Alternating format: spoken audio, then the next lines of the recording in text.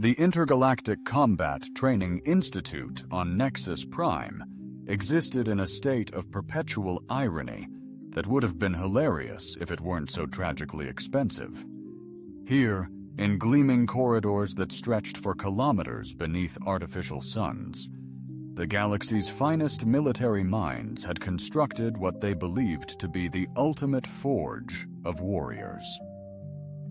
The architect, a particularly pretentious Valdorian with more tentacles than sense, had designed the facility to embody the sophisticated martial traditions of 47 different species. What he'd actually created was a monument to bureaucratic delusion wrapped in titanium steel plating. The morning briefings alone required 17 different atmospheric pressures to accommodate the various breathing requirements, 3 separate gravity generators running simultaneously, and a translation matrix so complex it occasionally achieved sentience and filed for workers' compensation. The Institute prided itself on turning out refined combat specialists who could engage in warfare with the same dignity one might bring to a poetry reading. Their motto, carved in laser-etched crystalline script above the main entrance, read, "Through discipline, victory. Through victory, civilization." Apparently, nobody had bothered to mention that victory usually involved considerably more blood and significantly less paperwork than the Institute preferred. To acknowledge the current crop of cadets represented the cream of galactic society. Assuming cream could be defined as beings whose greatest exposure to genuine hardship involved choosing between imported delicacies at state dinners, there was Cadet Velnari from the peaceful reaches, whose species had solved conflict through interpretive dance for the past 3 millennia.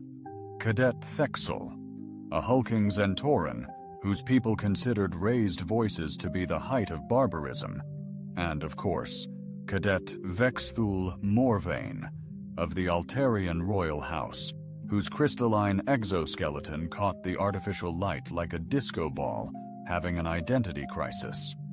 Into this sanctuary of civilized warfare had wandered something the Institute's admission board had classified as a cultural exchange opportunity. Corporal Texa Blackwood stood exactly 5 feet and 6 in of what galactic bureaucracy had designated as Class 7. Death was a classification that carried roughly the same diplomatic weight as a ticking explosive device with abandonment issues. She hailed from Kepler 442c, a mining colony where the local wildlife considered industrial acid rain to be a light, refreshing mist, and where the phrase workplace safety referred to remembering which end of the plasma cutter not to grab. The irony wasn't lost on anyone with half a functioning neural cluster that the galaxy's most advanced military academy had enthusiastically recruited someone from a world where children learned basic metallurgy by age 6 and considered successful days to be ones where they hadn't been attacked by anything with more teeth than a chainsaw. The admissions committee, in their infinite wisdom, had interpreted her psychological evaluation, which included responses like, "Why wouldn't you fight the Predator? It's smaller than the mining equipment," as evidence of innovative tactical thinking. Drill instructor Quindar, a grizzled veteran of the Hijgamani border wars whose 6 arms bore scars from conflicts across 17 sectors, had initially welcomed the challenge after 37 years of molding pampered aristocrats into something vaguely resembling soldiers. He'd looked forward to working with someone who presumably understood that combat involved actual contact with hostile forces. What he hadn't anticipated was discovering that his definition of understanding combat and a Deathworld's definition occupied roughly the same conceptual space as a tea ceremony and a volcanic eruption. The advanced tactical maneuvering drill had seemed straightforward enough, a basic close-quarters combat simulation designed to teach cadets the fundamentals of personal space management during hostile encounters. The exercise involved partnered scenarios where cadets would practice defensive positioning, threat assessment, and appropriate response escalation. For most species, this translated to a carefully choreographed dance of formal challenges, measured retreats, and eventually reaching some sort of diplomatic resolution that preserved everyone's dignity. Vexthul had approached the exercise with his typical combination of aristocratic confidence and fundamental cluelessness about anything resembling genuine hardship. His crystalline physiology gave him certain advantages: natural armor plating, enhanced strength, and the ability to interface directly with most electronic systems. But it also came with the cultural baggage of a species that had achieved interstellar travel without ever quite figuring out what fight or flight actually meant. The Altarians had evolved on a world where the most dangerous predator was a small mammal roughly equivalent to an irritated hamster, and their concept of personal combat had developed accordingly. Texa, meanwhile, had been trying very hard to thích nghi với cái mà Viên gọi là các quy tắc giao tiếp văn minh ở quê nhà. Ai đó túm lấy bạn mà không được phép thưởng. Có nghĩa là họ đang cố gắng ăn cắp thiết bị của bạn, thiết lập quyền thống trị trong hệ thống cấp bậc thuộc địa, hoặc đã bị nhiễm một trong những ký sinh trùng địa phương, ảnh hưởng đến chức năng nhận thức. Phản ứng thích hợp là ngay lập tức, quyết đoán và thường liên quan đến việc đảm bảo kế túm giật học được cách không lặp lại hành vi này. Ở đây, sự trực tiếp như vậy được coi là thiếu tế nhị về văn hóa. Cuộc diễn tập bắt đầu đủ bình thường với người hướng dẫn. Quindar giải thích về Theoretical Framework of Graduated Response Escalation. Step 1. Verbal Warning. Step 2. Defensive Positioning. Step 3. Minimal Force Application. Steps 4 through 17 involved increasingly complex bureaucratic procedures that would have made a tax auditor weep with joy.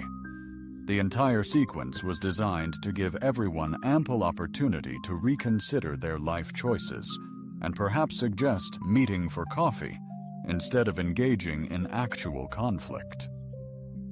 What happened next would later be analyzed in 17 different military studies, generating 43 separate incident reports, and fundamentally alter the Institute's approach to interspecies combat training for the next century.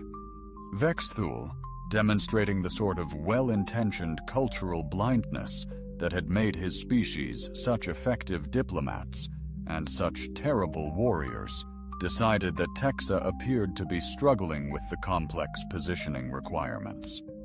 In a gesture that he undoubtedly considered both helpful and perfectly appropriate, he reached out with his primary manipulator appendage and grasped her forearm to guide her. Into proper alignment, the subsequent events unfolded with the sort of clinical precision that would have impressed a surgical android and horrified everyone else in the immediate vicinity.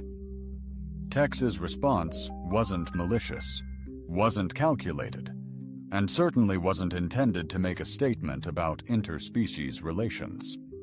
It was simply the most efficient solution to the problem of unknown entity has initiated potentially hostile physical contact. Her left hand locked onto Vexthul's wrist with the casual strength of someone accustomed to handling equipment that could crush diamonds. Her right elbow drove upward in a textbook example of leverage application that would have made her old mining foreman proud. The crystal and bone composite of Vexthul's manipulator joint met the concentrated force of human desperation, reflexes that had been honed by 22 years of surviving on a world that actively tried to kill its inhabitants. The sound that followed wasn't quite a crack, wasn't quite a snap, and wasn't quite a crunch. It was all three harmonizing in a symphony of structural failure that seemed to echo in the sudden absolute silence that had descended on the training ground. Vexthul's expression shifted from helpful condescension to confused surprise, to the dawning realization that his appendage was now bent at an angle that definitely wasn't covered in standard Altarian anatomy text. Instructor Kindar, who had survived plasma bombardments, asteroid mining accidents, and 3 separate court-martial proceedings, discovered that watching a privileged aristocrat learn basic physics through practical demonstration could still surprise him. His 6 arms hung motionless at his sides, as his tactical training warred with the bureaucratic nightmare he could already saw it approaching, like an administrative asteroid heading for the planet of his career. Prospects Texa released Vexthul's wrist and stepped back into a defensive position that her body had assumed automatically, her stance balanced and ready for follow-up threats that weren't coming. She looked around at the circle of frozen cadets, at Instructor Quindar's stunned expression, and at Vexthul's whimpering examination of his dramatically reconfigured anatomy.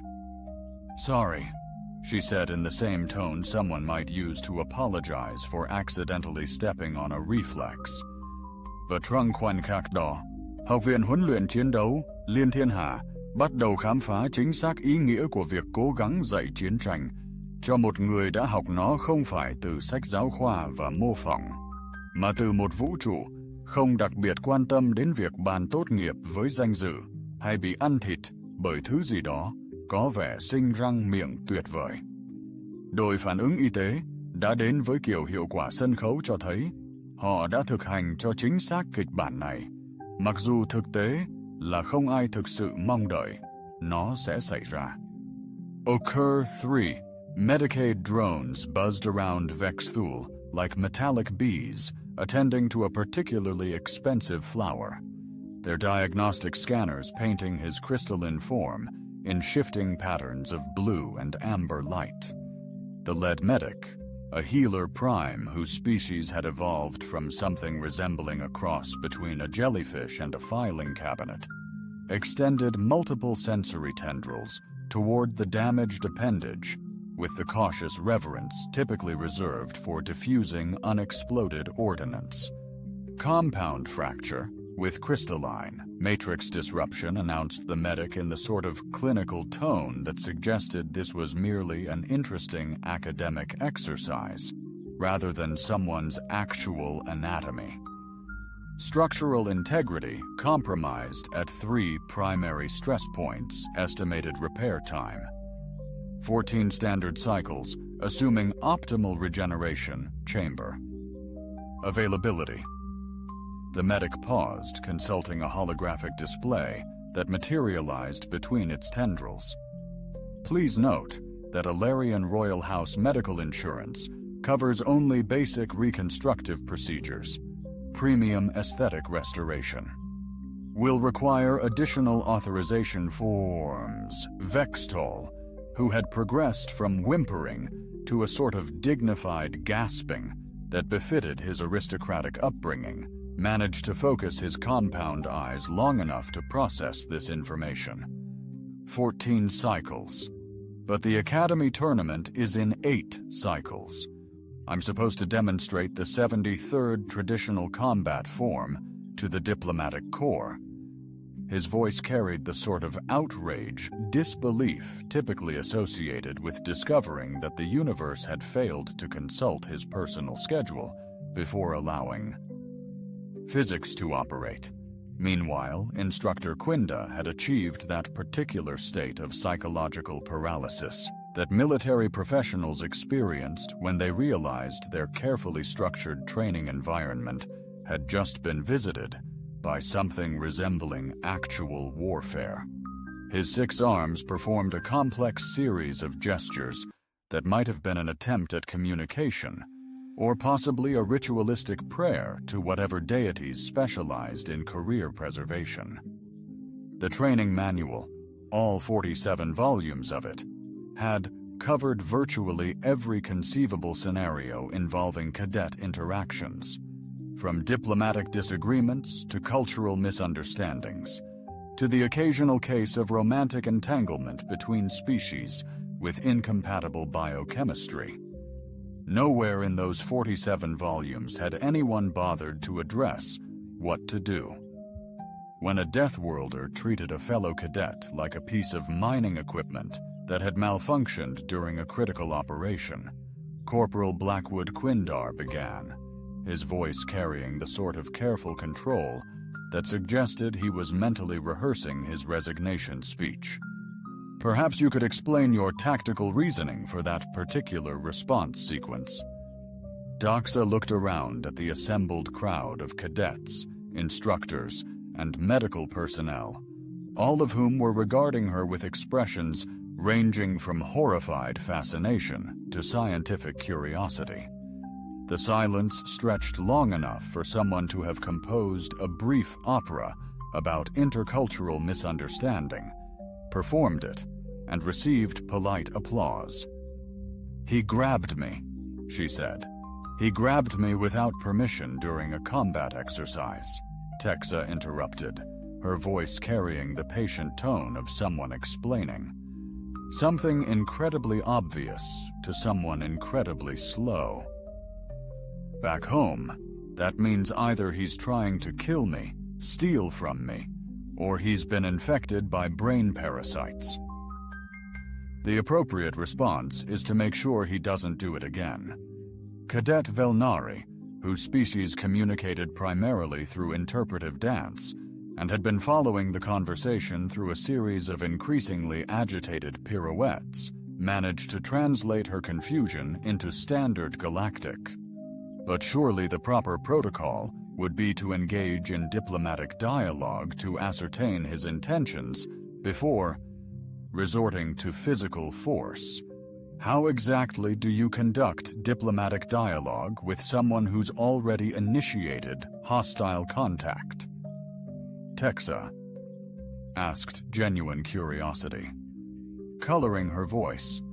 By the time you finished asking about his intentions, you're either dead or robbed, depending on what those intentions actually were. The crowd of cadets exchanged glances that suggested this particular line of reasoning had never occurred to them. In their experience, conflicts began with formal declarations of intent, proceeded through carefully negotiated escalation phases, and generally concluded with everyone retiring to their respective quarters to file incident reports in triplicate. The concept of violence as an immediate response to unwanted physical contact struck them as roughly equivalent to using antimatter warheads for pest control. What followed was the sort of bureaucratic avalanche that could have powered a small civilization if properly harnessed for energy generation. Admiral Klexandra, the Institute's commanding officer, materialized in the training bay with prompt deficiency of someone who had been monitoring the situation from the moment the medical scanners had registered catastrophic structural failure in expensive cadet anatomy. Their species resembled a cross between a praying mantis and a particularly officious librarian, complete with compound eyes that could simultaneously process 17 different forms of documentation. Emergency Tribunal Protocol 7 Alpha is now in effect, she announced, her voice carrying the sort of authority that suggested she had been practicing this particular speech in front of a mirror for several years. All personnel will submit preliminary incident reports within the next standard hour. Cadet Morvain will be transported to Medical Bay 7 for comprehensive reconstruction. Corporal Blackwood will be confined to quarters pending full investigation into what exactly Texa asked, her tone carrying the sort of polite confusion that suggested she was still trying to understand why everyone was making such a production out of basic self-defense. Admiral Kexendra's compound eyes focused on her with that attention.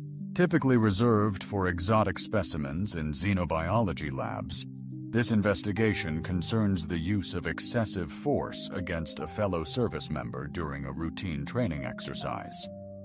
Preliminary assessment suggests your response was approximately 47 times more forceful than required by standard engagement protocols. Standard engagement protocols for what? Tex's voice was beginning to carry a note of frustration, suggesting she was finally beginning to understand that she had somehow wandered into a universe where basic survival instincts were considered a breach of etiquette. He grabbed me during combat training. I stopped him. Mission accomplished. The mission, Admiral Clixandre replied with the sort of patience that suggested she was explaining something to a particularly slow child, was to practice graduated response techniques, not to demonstrate emergency medical reconstruction procedures. The tribunal that convened 3 hours later represented the finest legal and military minds that the galaxy could assemble on short notice, which meant it included beings whose greatest exposure to actual combat had been watching historical documentaries while eating imported snacks. The proceedings were conducted in Conference Room Alpha 7, a space designed to project the sort of intimidating authority that comes from having too much money and not enough practical experience. Dexter sat at the defendant's table, a piece of furniture that had apparently been carved from a single piece of crystallized bureaucracy, while a parade of experts testified about the cultural implications of her actions. There was Dr. Helmuth, the Institute's chief of interspecies relations, whose 17-page analysis concluded that Deathworlder aggression represented a fundamental threat to galactic diplomatic stability. Professor Quexon, from the Academy of Peaceful Resolution, offered a 43-slide presentation on alternative conflict resolution strategies that could have prevented the entire incident if only someone had thought to schedule a pre-trial sensitivity seminar. The defendant's actions, intoned legal advocate Primal, in a voice that could have been used to cure insomnia, represent a clear violation of Article 12 of the Interspecies Conduct Code, which specifically prohibits the use of force. Exceeding the minimum necessary to resolve interpersonal conflict, what exactly would have been the minimum necessary force, Taxa? Asked, leaning forward with the sort of focused attention that suggested she was genuinely trying to understand the logic of the situation.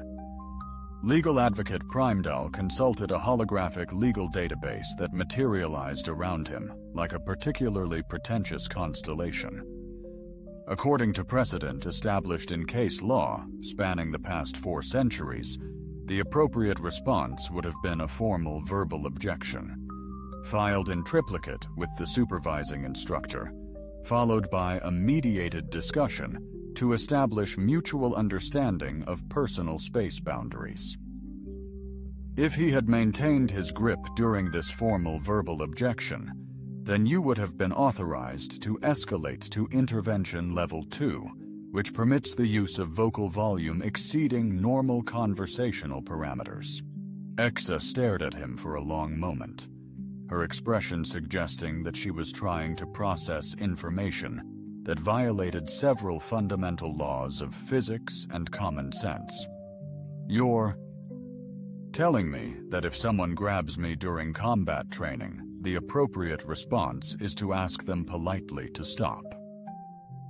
The appropriate response, corrected Admiral Clixandra, is to trust in the civilized nature of galactic society and the assumption that all interactions are conducted in good faith. What happens when someone isn't operating in good faith? The tribunal exchanged glances that suggested this question had never occurred to them. In their experience, conflicts were theoretical exercises conducted between consenting parties who had agreed in advance to maintain appropriate levels of dignity throughout the proceedings. The possibility that someone might actually mean harm was roughly equivalent to suggesting that gravity might occasionally decide to operate in reverse, Dex said.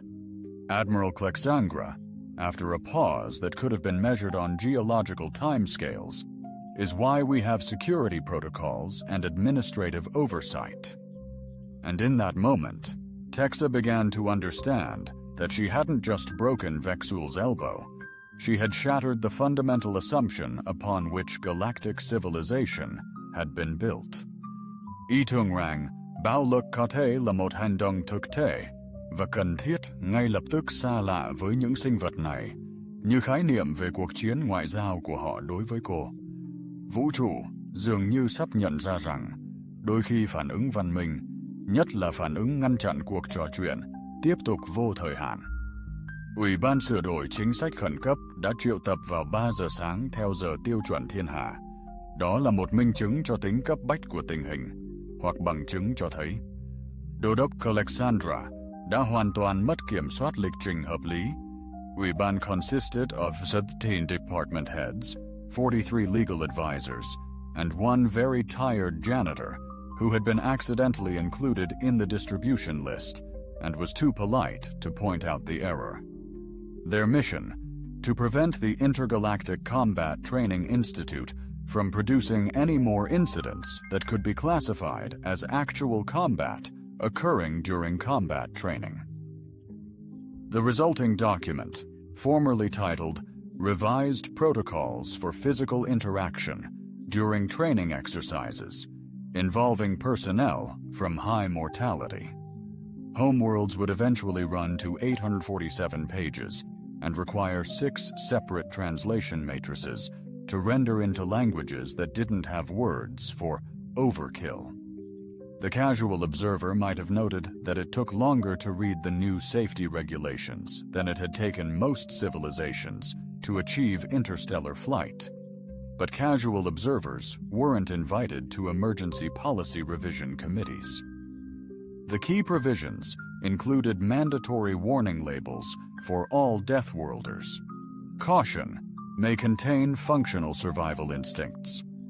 A minimum safe distance of 2.3 m to be maintained during all physical training exercises, and the establishment of Deathworlder interaction seminars required for anyone planning to breathe the same atmospheric mixture as a Class 7 personnel.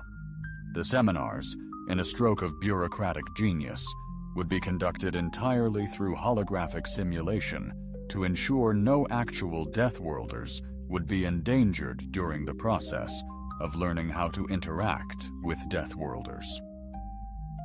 Captain Morse of the Hegemony Education Corps, whose species had evolved from particularly cautious herbivores, proposed the installation of force field barriers around all Deathworlder personnel during training exercises. Think of it as protective equipment, he explained to the committee, like radiation shielding, but for preventing spontaneous violence. With respect, Captain, interjected Dr. Yakshara from the Xenopsychology Department, isolating Deathworlder personnel defeats the purpose of integrated training. The entire point of the program is to prepare our forces for potential cooperation with these individuals. Then perhaps, suggested LIGO Counsel Trev, with the sort of inspired desperation that comes from facing unlimited liability exposure, we could implement a graduated exposure program. Start with written correspondence, progress to holographic interaction, and eventually work up to sharing the same solar system. Meanwhile, in Medical Base 7, Vextool was experiencing what the Alterian medical literature referred to as philosophical reconstruction, the process by which aristocratic worldviews were forcibly updated to acknowledge the existence of circumstances not covered in etiquette manuals. The regeneration chamber hummed around his damaged appendage like a mechanical chrysalis slowly rebuilding crystalline matrix structures that had been introduced to the concept of leverage in the most direct way possible. "I don't understand," he confided to his visiting cousin, Sub-Chancellor Kexth of the Third Diplomatic House. I was trying to help her. My intentions were entirely beneficent. How could she have possibly interpreted my gesture as hostile? Sub-Chancellor Kexthul, whose own education had included a semester of theoretical xenobiology that covered Deathworlder species in the same academic spirit that one might study extinct predators, consulted his personal data tablet with the sort of careful attention that suggested he was researching a particularly dangerous disease. According to the literature, Deathworlder species exhibit what's termed hypervigilant threat assessment. They apparently interpret any unexpected physical contact as potentially lethal, but that's completely irrational. We were in a controlled training environment, surrounded by safety protocols and medical supervision. What possible threat could I have represented? I believe, Sub-Chancellor Kexthu said slowly, that the question isn't what threat you represented, but what threat she thought. You might represent Deathworlders, apparently don't have the luxury of assuming good intentions. This conversation was occurring simultaneously across 17 different medical facilities, 43 diplomatic missions, and one rather confused agricultural collective that had somehow ended up on the emergency notification list. The galaxy's comfortable assumption that everyone shared the same basic approach to interpersonal conflict was undergoing what philosophers would later term a catastrophic paradigm adjustment. The other cadets had responded to the incident with the sort of fascinated horror typically reserved for natural disasters or particularly dramatic opera performances. Cadet Velnari had composed an interpretive dance cycle titled The Elbow That Shattered Worlds, which was simultaneously banned by the Academy's Cultural Sensitivity Board and nominated for a prestigious Artistic Achievement Award. Cadet Thex had begun keeping a respectful distance from all human personnel, having realized that beings who could cause compound fractures as a reflexive action might require a different approach to social interaction than he had previously employed. But Cadet Generics of the Peaceful Reaches articulated what many were thinking. If that was an accident, she observed to her dormitory companions, what happens when she does something on purpose?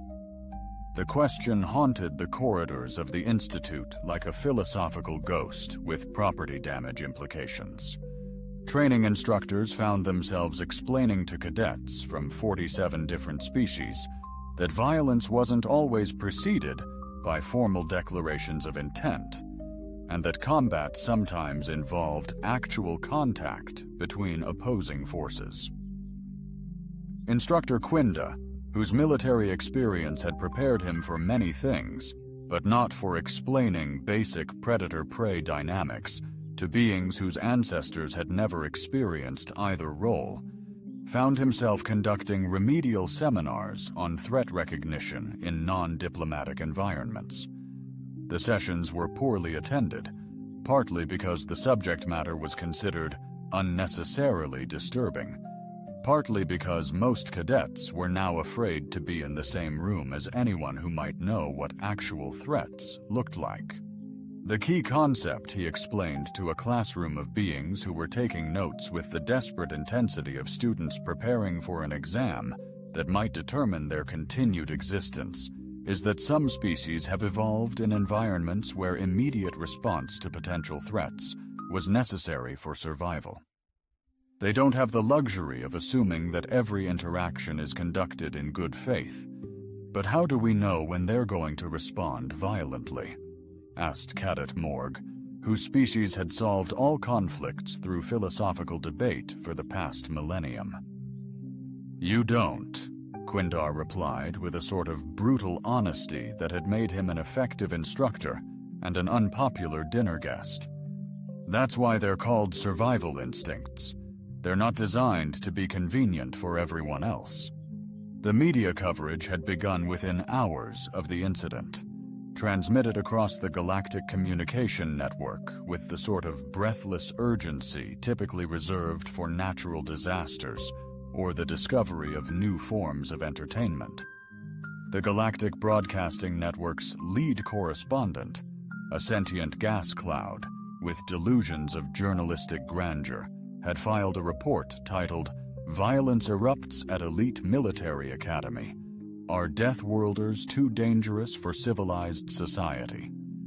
The report featured expert interviews with beings who had never met a Deathworlder, dramatic reenactments performed by actors who had never experienced physical conflict, and a panel discussion that somehow managed to avoid mentioning the basic fact that military training was supposed to prepare people for situations where violence might occur. The overall tone suggested that Texa had single-handedly shattered the foundations of galactic civilization by responding to unwanted physical contact in the most efficient manner available. Political ramifications rippled through the Galactic Senate like shockwaves from a bureaucratic supernova. The Altarian delegation demanded immediate review of all Deathworlder integration programs, while Kukuan Tukdia Kukan Ngui, Da Duara Một Tuyên Bố Khắc Lộc, chỉ ra rằng người của họ đang được huấn luyện cho quân sự, không phải hoàn thành trường học. Một vài loài nhỏ chưa từng gặp con người bắt đầu đề xuất luật hạn chế du hành đến thế giới chết chóc, dường như dưới ấn tượng rằng bạo lực có tính lây lan. Thượng nghị sĩ Quiltara của Liên minh Hòa bình đã có một bài phát biểu đầy nhiệt huyết về sự nguy hiểm của việc cho phép những xung động hung hăng nguyên thủy làm ô nhiễm học thuyết quân sự văn minh. Bài phát biểu được khán giả đón nhận.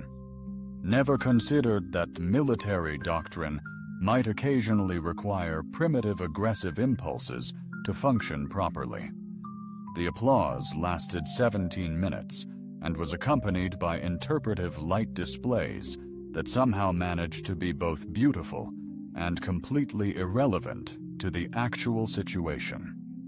Back in her quarters, Texa was discovering that becoming a galactic celebrity was considerably less enjoyable than her career counselor had suggested. The constant stream of interview requests, academic study proposals, and marriage offers from beings who apparently found the ability to cause compound fractures romantically appealing had reached the point where she was considering requesting assignment to a combat zone for some peace and quiet. The irony wasn't lost on her that the galaxy's most advanced military academy was treating her like a dangerous exotic animal for demonstrating exactly the sort of practical combat skills they were supposedly trying to teach. She had broken one aristocrat's elbow in a perfectly reasonable response to unexpected physical contact, and suddenly she was being discussed in the same breathless tones that other species reserved for natural disasters. The universe, it seemed, was having difficulty adjusting to the radical concept that sometimes the most civilized response was also the most efficient one. But the adjustment was happening whether the universe was comfortable with it or not. Change, like compound fractures, had a way of making its presence known, regardless of whether anyone had filed the appropriate paperwork first. The final examinations at the Intergalactic Combat Training Institute had been redesigned with the sort of comprehensive thoroughness, suggesting the administrative staff had spent sleepless nights contemplating liability insurance premiums. What had once been a straightforward assessment of military competency had evolved into an elaborate theatrical production featuring more safety protocols than a nuclear waste disposal facility, and enough documentation to supply a small library with reading material for several centuries.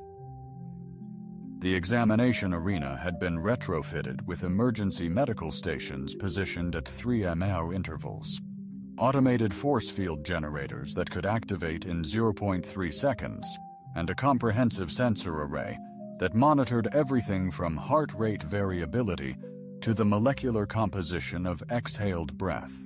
The casual observer might have noted that the safety equipment was considerably more advanced than the actual combat training facilities, but casual observers were no longer permitted within 50 meters of the examination area without completing a 17-page liability waiver.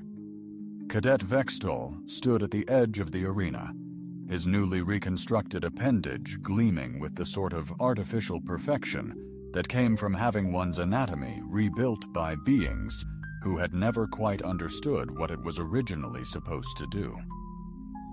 The medical reconstruction had been flawless from a technical standpoint.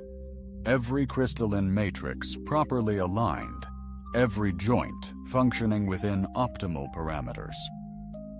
But something fundamental had changed in the process.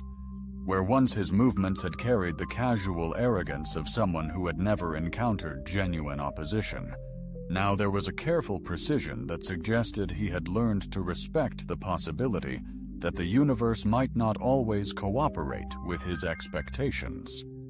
Nervous, asked Cadet Generics, whose own preparation for the final examination had involved memorizing 347 different diplomatic protocols for de-escalating conflicts before they reached the point where anyone might actually get hurt.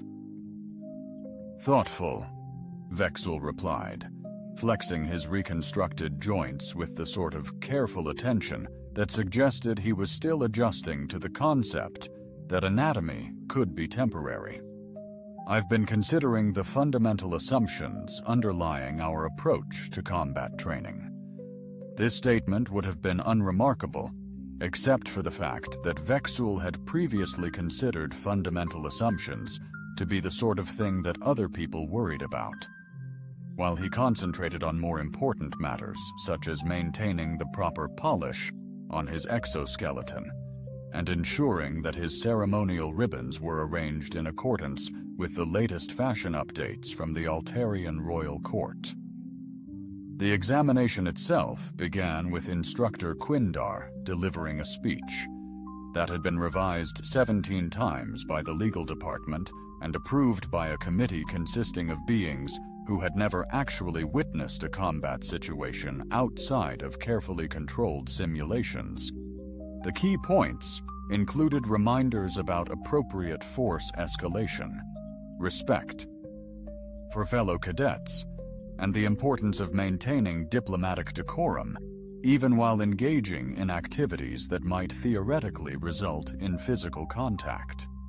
Remember, Quindar concluded, his 6 arms gesturing in patterns that conveyed both authority and the sort of carefully controlled anxiety that came from supervising people who might spontaneously demonstrate practical applications of physics. This examination is designed to assess your ability to integrate theoretical knowledge with practical application while maintaining the highest standards of civilized conduct. What he didn't say, but everyone understood, was that the examination had been specifically redesigned to prevent any repetition of incidents involving unexpected educational experiences in the field of orthopedic medicine. The cadets were divided into groups based on a complex algorithm that took into account species compatibility, psychological profiles, and proximity to emergency medical facilities. Texa found herself partnered with Cadet Rene, a methodical individual whose species had evolved from particularly cautious engineers, and who approached every situation with the sort of systematic analysis that could make watching paint dry seem exciting by comparison. Corporal Blackwood, Rene began, consulting a holographic checklist that materialized around him like a bureaucratic constellation. I have prepared a comprehensive strategy for our examination scenario that accounts for 247 different variables and includes contingency plans for situations ranging from equipment failure to unexpected weather phenomena. What's the objective, Texa? Asked, examining the arena layout with the sort of practical assessment that came from growing up in environments where failure to notice important details could result in becoming lunch for something with excellent dental hygiene. According to the briefing materials, we are to demonstrate effective teamwork in overcoming a series of tactical challenges while maintaining appropriate levels of diplomatic interaction and ensuring that all actions conform to established protocols. For what are we supposed to actually accomplish? Texa interrupted her tone, carrying the patient frustration of someone trying to extract useful information from a conversation that had somehow become lost in its own complexity. Renee paused his sensory apparatus, flickering through several different color patterns that suggested he was processing this question in ways that his species. The educational system had not prepared him for what we are to reach, the objective marker at the far end of the arena, while overcoming whatever obstacles the instructors have prepared for us. So, we go from here to there, dealing with whatever gets in our way. Yes, but the methodology is crucial. We must demonstrate proper assessment protocols, establish clear communication channels, implement graduated response strategies. The examination began with the sort of theatrical fanfare that suggested someone had confused military training. With entertainment production, holographic obstacles materialized throughout the arena barriers that required teamwork to overcome. Puzzle elements that demanded tactical analysis, and opponents that were programmed to respond to conflict with a measured escalation that made chess matches seem frantic by comparison. Most cadet teams approached these challenges with the methodical precision that their training had emphasized. They conducted careful reconnaissance, held strategy meetings, negotiated with simulated opponents through proper diplomatic channels, and generally treated the entire exercise as if it were a particularly complex bureaucratic procedure that happened to involve mild physical activity. Texa and Renee moved through the obstacles with a combination of practical efficiency and systematic thoroughness that would have been impressive if anyone had been paying attention to anything other than the safety monitors. While other teams were conducting preliminary negotiations with holographic opponents, they had identified the most direct route to the objective and begun eliminating barriers with the sort of straightforward competence that came from treating problems as things to be solved, rather than opportunities for extended philosophical discussion. Corporal Blackwood Renee observed as they approached a particularly elaborate obstacle that appeared to require complex manipulation of multiple components. Your approach to tactical problem-solving is remarkably direct. Back home, we call it getting things done, Texa replied, examining the obstacle with the sort of focused attention that suggested she was looking for the most efficient way to render it inoperative. You can spend a lot of time figuring out the elegant solution, or you can spend a little time figuring out the effective solution. But surely the elegant solution is preferable. It demonstrates intellectual sophistication and cultural refinement. The elegant solution is great if you have time for intellectual sophistication. If something's trying to kill you, the effective solution is the one that keeps you alive long enough to appreciate elegance later.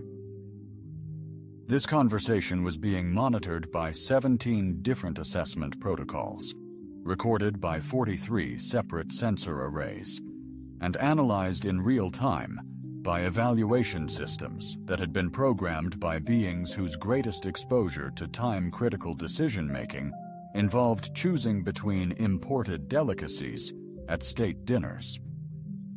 The analysis algorithms, faced with the novel concept that efficiency might sometimes be more important than methodology, began generating error reports that suggested they were having something resembling an electronic existential crisis. The breakthrough moment came when Texa and Renee encountered a scenario that had been specifically designed to test conflict resolution skills. They were confronted by a holographic opponent. Được lập trình để phản hồi các cách tiếp cận khác nhau với các mức độ hợp tác khác nhau. Giải pháp tiêu chuẩn liên quan đến một quá trình đàm phán phức tạp, có thể mất từ 17 đến 43 phút, tùy thuộc vào mức độ kỹ lưỡng mà những người tham gia khám phá tất cả các lựa chọn ngoại giao có sẵn. Texas đã nghiên cứu đối thủ hologram trong khoảng 2. Move, she said. The holographic opponent, programmed with responses based on thousands of hours of diplomatic interaction protocols, paused, processing a communication style not in its behavioral matrices. I beg your pardon, the hologram replied, sort of refined confusion that suggested it had been expecting a more traditional opening to the negotiation process. You're blocking the path move, but surely you wish to engage in meaningful dialogue to explore our respective positions and perhaps reach a mutually beneficial arrangement that addresses both of our legitimate concerns while maintaining appropriate respect for no. Texas said, and walked around it, the holographic opponent faced with a negotiation strategy that consisted entirely of ignoring the negotiation. Experienced what the technical documentation would later describe as a catastrophic behavioral logic failure, and simply stood there flickering while Texa and Renee continued toward the objective in the observation booth.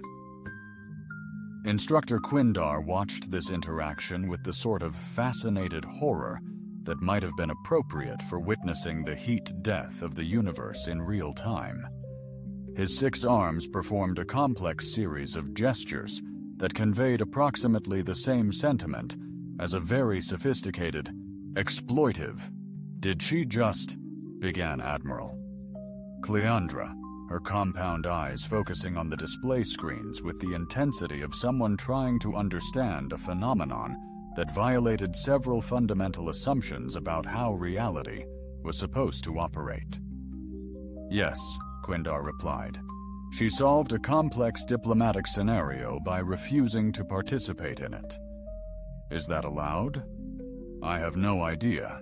The regulations don't cover situations where cadets solve problems by determining that the problems don't actually need to be solved. This observation was simultaneously profound and deeply disturbing to beings whose entire worldview was based on the assumption that every situation required careful analysis, extensive consultation, and the sort of methodical approach that ensured everyone had ample opportunity to contribute their perspectives before reaching any conclusions. The final challenge of the examination involved a scenario that had been designed to test leadership capabilities under stress. Teams were required to coordinate the efforts of multiple simulated personnel while managing limited resources and adapting to changing tactical conditions. The scenario had been calibrated to require approximately 90 minutes of careful planning and coordination, with success depending on the team's ability to maintain effective communication and morale throughout an extended operation. Texa looked at the briefing materials, consulted with Rent about the available resources, and implemented a strategy that could best be described as overwhelming application of focused effort. Instead of spreading their simulated personnel across multiple objectives, she concentrated all available resources on achieving one objective at a time. Eliminating variables through the simple expedient of completing tasks before they could become complicated, the result was a textbook demonstration of tactical efficiency that concluded the exercise in 37 minutes, while achieving objectives that the evaluation criteria had assumed would require significantly more time and considerably more philosophical contemplation. How did you know that would work? Trent asked, as they stood in the objective area surrounded by the sort of stunned silence that suggested the evaluation systems were still attempting to process what they had witnessed. "Because," Texa replied, "sometimes the best way to solve a complex problem is to make it simple." The graduation ceremony itself was a masterpiece of institutional cognitive dissonance, featuring speeches about the importance of traditional military values delivered by beings who had spent the previous semester discovering that traditional military values might occasionally involve people getting hurt in ways that couldn't be fixed with paperwork. Admiral Klexandra delivered an address about the evolving nature of galactic defense doctrine that somehow managed to avoid mentioning that the evolution had been catalyzed by one human, demonstrating that combat training should probably include some actual combat. Today, the Admiral announced to an audience that included representatives from 47 different species, most of whom were maintaining a respectful distance from the human graduates. "We celebrate not just the completion of training, but the expansion of our understanding of what effective military preparation truly requires." What she meant, though, she couldn't quite bring herself to say it directly, was that the Academy had discovered that beings from worlds where survival required practical skills might actually understand warfare better than beings from worlds where warfare was a theoretical discipline, studied in comfortable classrooms by people who had never been in danger of anything more threatening than academic criticism. Vex Thule, his reconstructed appendage gleaming in the ceremonial lighting, approached Texa during the reception with the sort of careful respect that suggested he had learned to appreciate the difference between courtesy and vulnerability, Corporal Blackwood. He began, his voice carrying none of the casual condescension that had characterized their first meeting. "I wanted to express my gratitude for the educational experience you provided." "You're thanking me for breaking your elbow?" "I'm thanking you for teaching me that my assumptions about conflict and cooperation were dangerously naive. I've requested assignment to a human integrated unit for my first posting." Vex Thule considered this question with the sort of careful attention that suggested he had spent considerable time thinking about it. "Because I realized that if I'm going to serve in a galaxy where actual threats exist, I need to learn from people who understand how to deal with actual threats. My previous education was excellent preparation for a universe that doesn't exist." This conversation was representative of a broader transformation that was occurring throughout the graduating class. Beings who had arrived at the Academy expecting to learn refined techniques for managing conflicts through proper channels were leaving. With a newfound appreciation for the possibility that proper channels might not always be available when they were needed most, the posting assignments reflected this new understanding. Texa found herself assigned to the Frontier Defense Corps, commanding an integrated unit that included personnel from 17 different species, most of whom had specifically requested assignment to human-led commands, after realizing that their previous military training had prepared them for conflicts that might occur in perfect theoretical conditions, but might not be entirely relevant to situations where people were actually trying to kill them. Instructor Quindar, his career miraculously surviving both the incident and the subsequent bureaucratic aftermath, had been promoted to Director of Practical Combat Training, a newly created position that involved teaching other instructors how to prepare cadets for the possibility that military service might occasionally involve situations where theoretical knowledge needed to be supplemented with the sort of practical skills that Deathworlders had been learning since childhood. The Academy's new reputation.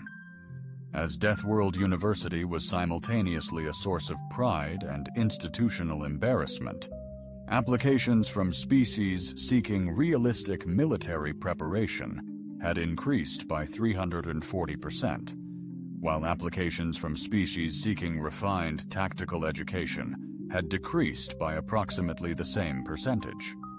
The net result was an institution that was finally beginning to live up to its mission of preparing military personnel for actual military service, even if that hadn't been entirely intentional. Admiral Cleandra, in her final speech to the graduating class, managed to articulate what everyone had learned, but few had been willing to admit. Directly, military training, she observed, is not about learning to avoid conflict. It's about learning to resolve conflict effectively when avoidance is no longer possible. This academy has been reminded that effectiveness sometimes requires abandoning elegance in favor of efficiency, and that the most civilized response to aggression is often the one that ends the aggression quickly enough to prevent it from escalating into something worse. What she didn't say, but everyone understood, was that sometimes the most sophisticated military doctrine was the one that acknowledged that sophisticated military doctrine might not always be sufficient for dealing with an unsophisticated universe that didn't care about anyone's theoretical framework. The universe, it turned out, had always been what the Deathworlders had known it to be, a place where survival sometimes required doing things that weren't elegant, weren't diplomatic, and weren't particularly civilized, but were undeniably effective. The effect of the galaxy's military institutions were finally beginning to learn what beings from dangerous worlds had always known: that the point of combat training wasn't to learn how to fight politely, but to learn how to win quickly enough that politeness could be restored as soon as possible. And in the end, that might have been the most civilized lesson of all. 3 months after graduation, reports began filtering back to the Academy from various frontier postings, each one adding another layer to the growing legend of what military historians would eventually term the Blackwood Doctrine. Texas Integrated Unit had resolved 17 separate conflict situations with an efficiency rate that made the Strategic Planning Department openly weep with envy. Her method, which consisted primarily of identifying the actual problem, implementing the most direct solution, and declining to participate in elaborate diplomatic theater, had proven so effective that it was being studied by tactical analysis teams across 3 sectors. The most telling report came from Commander Vexthul himself, whose first field assignment had involved mediating a territorial dispute between 2 minor species, whose representatives had been conducting formal negotiations for the better part of a decade without reaching any substantive conclusions. Armed with his new understanding that some problems actually needed to be solved rather than endlessly discussed, he had managed to resolve the entire situation in 4 days by the revolutionary tactic of asking each side what they actually wanted, and then determining whether there was any practical reason why they couldn't have it. Back at the Academy, a bronze plaque had been installed in the main training facility, commemorating what the inscription diplomatically referred to as the incident that revolutionized modern military education. Most cadets assumed it was some sort of abstract artistic statement about the nature of conflict. The few who knew better understood that it marked the exact spot where galactic military doctrine had collided with reality, and discovered that reality had significantly better reflexes.